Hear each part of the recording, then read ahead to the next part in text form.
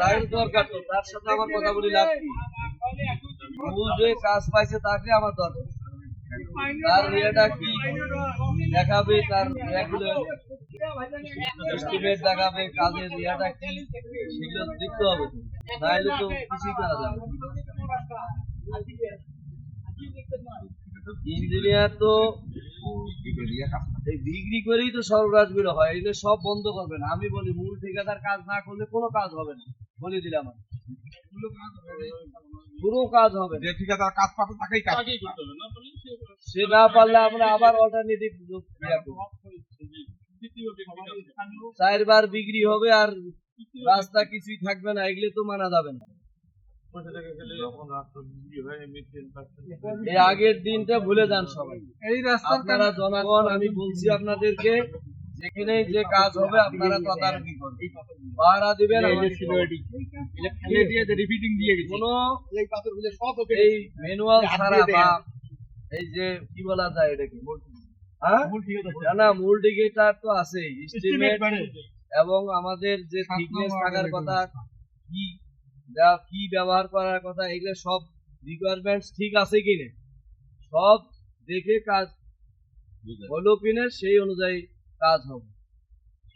এখানে এই ফাঁকি দেওয়ার কাজ আর দেওয়ার সময় নাই। বললাম তো কুড়িগ্রামে এক আসনও হবে। ঠিক আছে, ঠিক আছে। আপনারা পাশে থাকবেন কিনা? ইনশাআল্লাহ, ইনশাআল্লাহ। হ্যাঁ, আপনাদেরকে থাকতে হবে। আমি তো আর এসে পাহারা দিব না, সম্ভব না, বিশাল এলাকা। ঠিক আছে, কিন্তু আপনারা যেভাবে সহযোগিতা করছেন এই অব্যাহত রাখবেন, ইনশাআল্লাহ এই ধরনের কোনো কাজ আমার এলাকায় হবে।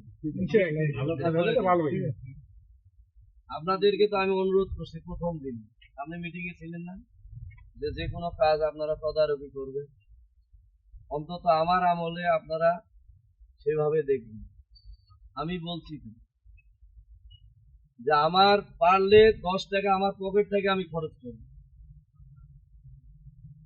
কিন্তু সরকারের যে টাকা বরাদ্দ হবে ওই টাকারই কাজ হয়েছে।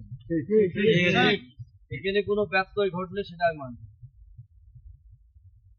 জনগণের নামের টাকা দিয়ে এদিকে তামসা শুরু হয়েছে নাকি?